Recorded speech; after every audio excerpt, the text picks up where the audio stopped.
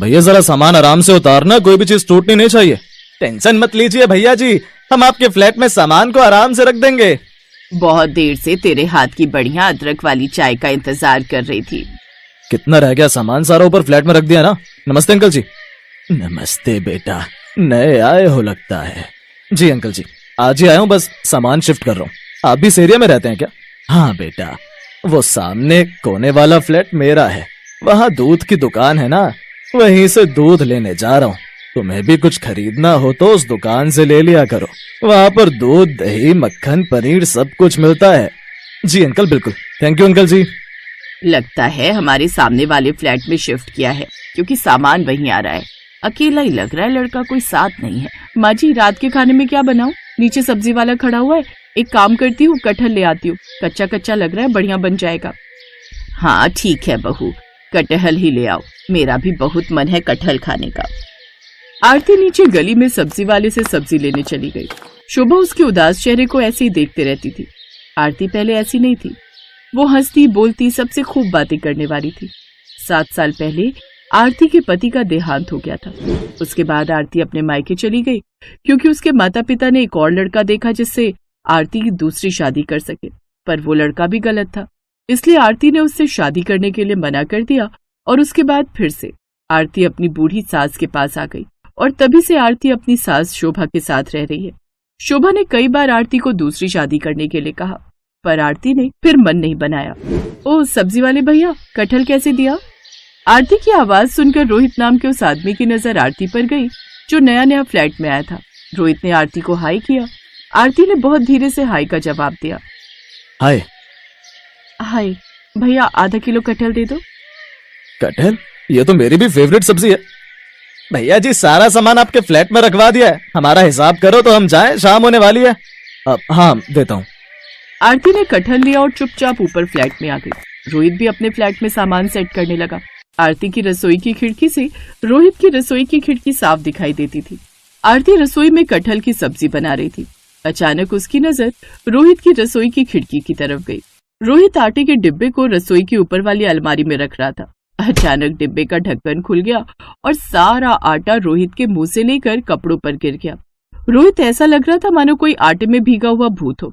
ये देखकर आरती अपनी रसोई से जोर से हंसी, मानो पहली बार इतने सालों बाद आरती के चेहरे पर हंसी आई हो।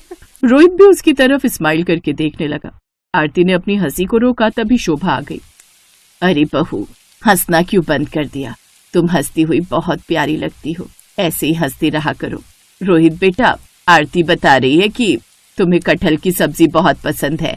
एक काम करो, तुम बहुत थक गए होगे सामान सेट करने में, आज रात का खाना हमारे घर ही खा लेना। थैंक यू आंटी जी, कटहल की सब्जी का नाम सुनकर तो मेरे से रहा ही नहीं जाएगा। मैं टाइम से पहले आ जाऊंगा। आरती उसे टेढ़ी नजरों से देख रही थी। वो चुप रही। थोड़ी देर बाद रोहित खाना खाने के लिए उनके घर आया। आंटी जी, ये फूल आपके लिए। तुम्हें कैसे पता कि मुझे गुलाब के फूल पसंद है? बहुत सुंदर गुलदस्ता है। आओ बेटा बैठो। आरती, रोहित के लिए वो आम का पन्ना ले आओ। आरती ज्यादा बात नहीं कर रही थी। शोभा ने रोहित को आरती के बारे में बताया। बस यही कारण है कि आरती उदास रहती है। मुझे तो इसकी बहुत चिंता होती है। वैसे अपने बारे में कुछ बताओ बेटा। आंटी जी, मम्मी पापा इस दुनिया में नहीं है। भैया भाभी हैं, वो ज्यादा मतलब रखते नहीं, बस अकेला हूँ। 2 साल पहले एक लड़की से बात हुई थी, बात सगाई तक पहुंची थी, पर लड़की ने मुझे इसीलिए शादी के लिए मना कर दिया था क्योंकि मेरे पास कार नहीं थी। अब देखिए ना, मैंने अपनी मेहनत से फ्लैट खरीद लिया, धीरे धीरे कार भी खरीद लूंगा। पर उस समय लड़की ने मेरी बात पर ध्यान नहीं दिया और मैंने भी सोचा कि शायद शादी करने के लिए मुझे और कमाने की जरूरत है। कोई बात नहीं बेटा, समय सब कुछ ठीक कर देता है। तुम मेहनती हो, कोई ना कोई अच्छी लड़की जरूर तुम्हारी जिंदगी में आएगी। अरे और कटहल की सब्जी लो ना बेटा। बस आंटी जी, मजा आ गया। आरती जी, आपके हाथ की कटहल की सब्जी बहुत टेस्टी है। पता है आंटी जी, मेरी मम्मी बिल्कुल ऐसी ही कटहल की सब्जी बनाती थी। क्या हुआ था तुम्हारे मम्मी पापा को?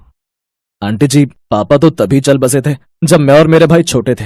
मम्मी अभी 4 साल पहले ही गुजरी हैं। भैया की शादी बाद में हुई है, लव मैरिज थी, इसीलिए उन्होंने अलग फ्लैट ले लिया। बस मैं काफी टाइम से किराए पर था तो सोचा कि अब अपना ही ले लेता हूँ। आंटी जी, डिनर के लिए थैंक यू। अब तो अक्सर ही रोहित और आरती के बीच चलते फिरते बातचीत, नमस्ते, हाय हेलो हो जाती थी। कभी शोभा कोई सामान लेकर आती थी और लिफ्ट बिजी होती थी तो रोहित सीढ़ियों से सामान ऊपर तक ले आता था। धीरे धीरे रोहित सास शोभा को अच्छा लगने लगा और एक दिन शोभा ने रोहित के बारे में आरती से बात की। आरती, मैं चाहूंगी कि तुम जिंदगी को एक मौका और दो। अगर तुम कहो तो मैं रोहित से बात करूं। रोहित बहुत अच्छा लड़का है और मुझे लगता है कि शायद वो तुम्हें मन ही मन पसंद भी करता है। नहीं माँ जी, ऐसी कोई बात नहीं है। एक कटहल की सब्जी की तारीफ रोहित ने क्या कर दी, आपको ये लगने लगा कि रोहित के मन में मेरे लिए कुछ चल रहा है? ऐसा कुछ नहीं है। ना ही मेरे मन में रोहित के लिए कुछ है और ना ही रोहित के मन में मेरे लिए कुछ है। हम सिर्फ पड़ोसी हैं। आरती शोभा को दूध देकर गैलरी में टहलने के लिए आ गई। कहीं ना कहीं शोभा की बातें आरती के मन में चल रही थी।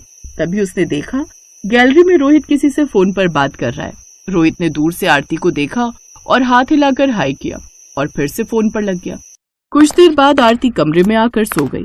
अगले दिन आरती शोभा से बोली, आप मुझे कह रही थी ना कि रोहित के मन में मेरे लिए कुछ चल रहा है। पता भी है, रात को रोहित अपनी गैलरी में फोन पर किसी से बात कर रहा था। काफी देर तक रोहित ने इतनी देर रात तक किसी से फोन पर बात की। और आधी रात के समय कोई किसी से फोन पर बात क्यों ही करेगा? कोई गर्लफ्रेंड होगी, तभी तो इतनी देर फोन बिजी रहा। हाँ, कह तो तू ठीक रही है। हो सकता है मेरे मन का वहम ही होगा। चल छोड़, कोई बात नहीं। मैं अब इस बारे में कोई बात नहीं करूंगी। अगले कुछ दिनों तक रोहित दिखाई नहीं दिया। आरती बार बार उसके फ्लैट की तरफ झांकती तो फ्लैट के बाहर ताला ही दिखाई देता। हिम्मत करके आरती ने नीचे गार्ड से पूछ ही लिया, अरे मोहन, इधर आना। बोलो आरती दीदी, क्या हुआ? वो जो हमारे सामने फ्लैट में रहते हैं, क्या नाम है उनका? रोहित। वो कहाँ गए हुए हैं? उनके फ्लैट के बाहर कुछ दिन से ताला लगा हुआ है। वो शादी के लिए गए हैं। आरती ने गार्ड के मुंह से बस इतनी बात सुनी और उसकी आंखों में आंसू आ गए। शायद उसके मन के किसी कोने में रोहित के लिए हल्की सी जगह बनने लगी थी। पर एक बार फिर आरती का दिल टूटा। वो उदास हो गई। उसने रात को खाना भी नहीं खाया और चुपचाप सो गई। अगले दिन आरती को रोहित के फ्लैट से आवाज सुनाई दी, मानो कोई शोर मचा रहा हो। अरे आरती बेटा, देख तो जरा, रोहित किसी मुसीबत में दिखाई दे रहा है। तू जाकर मदद तो कर। रोहित कब आया? जी माँ जी। आरती ने रोहित का दरवाजा खटखटाया। दरवाजा खुला हुआ था। मैं दरवाजा नहीं खोल सकता, जिसको अंदर आना है अपने आप आ जाओ, दरवाजा खुला हुआ है। आरती को ये सब अटपटा लगा, पर वो रोहित के फ्लैट में घुस गई। रोहित किचन में था और उसके दोनों हाथ चिपके हुए थे। सामने आधा कटा बिखरा हुआ कटहल रखा था। ये क्या कर रहे हो आप? और आपके दोनों हाथ चिपक क्यों गए? अरे क्या बताऊं आरती जी, दोस्त की शादी में गया था गांव। वहां उसने पेड़ का ताजा कटहल दे दिया। बोला कि मुझे पसंद है तो मैं लेता जाऊं। ले तो आया, पर कटहल काटना कितना मेहनत का काम है, ये आज पता चल रहा है। मेरे तो दोनों हाथ ऐसे चिपक गए मानो इस पर गोंद लगा दिए। छुड़वाने में मेरी मदद कीजिए ना आरती जी। आप दूर से क्या देख रही हैं? घबराओ नहीं। सरसों का तेल कहाँ रखा है? वो सामने बोतल रखी हुई है। आरती ने सरसों का तेल रोहित के हाथों पर छिड़का। अब दोनों हाथों को छुड़ाने की कोशिश करो। नहीं छूट रहा है आरती जी, दोनों हाथ चिपक गए। आप मदद कीजिए ना। आरती ने रोहित के दोनों हाथ छुड़ा दिए। थैंक गॉड, आपने कितनी बड़ी मुसीबत से मुझे बाहर निकाल दिया। वैसे आइडिया अच्छा है, कटहल काटने के लिए सरसों के तेल का इस्तेमाल कर लो। पर अब मैं क्या करूं, मेरे से तो ये सब हो ही नहीं रहा है। आप हटिए, सब्जी मैं बना दूंगी। आरती ने फटाफट से बढ़िया सी कटहल की सब्जी बनाकर तैयार कर दी। ऐसी सब्जी रोज खाने को मिल जाए तो कसम से मेरी तो लाइफ सेट हो जाएगी। अरे आप तो शादी कर रहे हो ना उससे, जिससे रात को फोन पर बातें करते थे, इसीलिए तो आप गए हुए थे। अरे मैंने बताया तो मेरे दोस्त की शादी थी। मेरी शादी होती तो मैं इस बिल्डिंग में सभी को इनवाइट करता। और आप रात में बात करने की बात कह रही हैं। वो तो मेरे बड़े भैया थे, कभी कभी मेरा हालचाल पूछ लेते थे। दिन में हम लोग बिजी होते हैं, इसीलिए रात में थोड़ी बात कर रहे थे। वैसे बात तो मुझे आपसे भी करनी है, अगर आप इजाजत दे तो। मेरे से बात करनी है? पर किस बारे में? अगर आप बुरा ना माने तो मुझे आपके हाथों की कटहल की सब्जी पूरी जिंदगी खानी है। रोहित की बात सुनकर आरती शर्मा गई। उसकी आंखों में खुशी के आंसू थे। शायद मन ही मन वो भी रोहित को प्यार करने लगी थी। आरती के साथ शोभा की खुशी का ठिकाना नहीं था, क्योंकि रोहित बहुत अच्छा लड़का था। कुछ दिनों बाद पूरी बिल्डिंग के लोगों के सामने रोहित आरती के साथ सगाई करता है।